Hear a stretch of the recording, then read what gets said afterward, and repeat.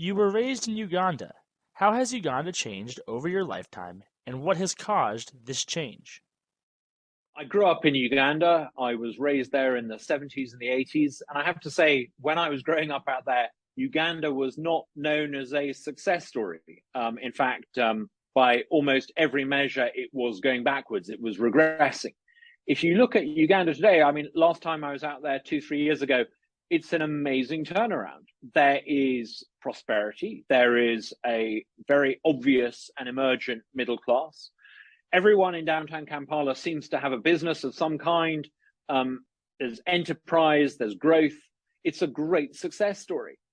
I think what Uganda tells us is that the human condition is when people are left free to do their own thing, when people are free to trade, when people are free to exchange, when there's the basic rule of law, they get on with it and they prosper and they grow. What goes wrong is when you get a dictator like Idi Amin who inhibits that process. Now, what we need to do is to make sure that governments in Africa don't do the sorts of things that Uganda did in the 70s and the 80s. In the 70s and the 80s, it wasn't just that Idi Amin was a tyrant. He expropriated property. He stopped the country from trading freely with its neighbors. He closed the border. And what that did is it impoverished all of Uganda.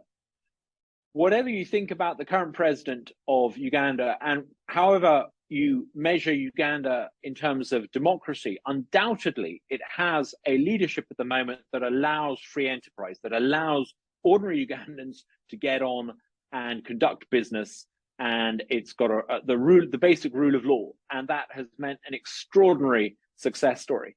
If other countries in Africa could be as successful as Uganda, I think the future for Africa would look very bright indeed. Thanks for watching. If you enjoyed this video, make sure to follow the IATP on Twitter at @the_IATP. Also, hit the like and subscribe button below, and check out our website at www.theiatp.org.